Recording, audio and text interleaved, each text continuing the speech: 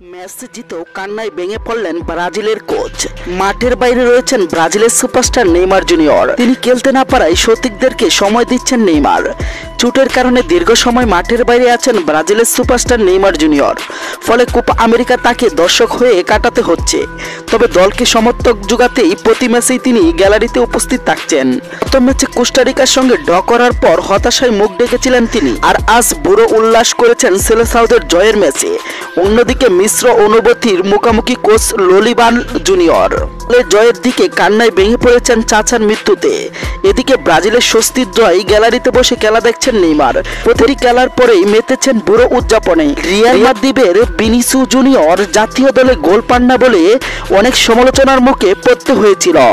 আজ তিনি জোড়া গোল করলেন, সেটি যেমন তার জন্য আনন্দের, তেমনি নেইমার সমান তালে উল্লাস করে তাকে অভিবাদন জানিয়েছেন। দ্বিতীয় গোল করে বিনি উদযাপন করেন এই আল হিলাল তারকা অনুকরণে। এরাও নেইমার ম্যাচের দ্বিতীয় পেনাল্টি নিজে নিতে চান বলে মজায় মাতেন গ্যালারি থেকে। আরও জানিয়েছেন ব্রাজিলের কোচ, তিনি বলতে শুরু করে দিয়েছেন, আমাদের ব্রাজিলের উপর এখন আর কারো বিশ্বাস নেই। আমাদের দলটা এমন হয়ে গেছে, সকল আত্মবিশ্বাস মুছে ফেলেছে। আমাদেরকে অনেকে বিশ্বাস করতে চায় না। তবে আমি বলে রাখছি যে কোপা আমেরিকা আমরাই জিতব।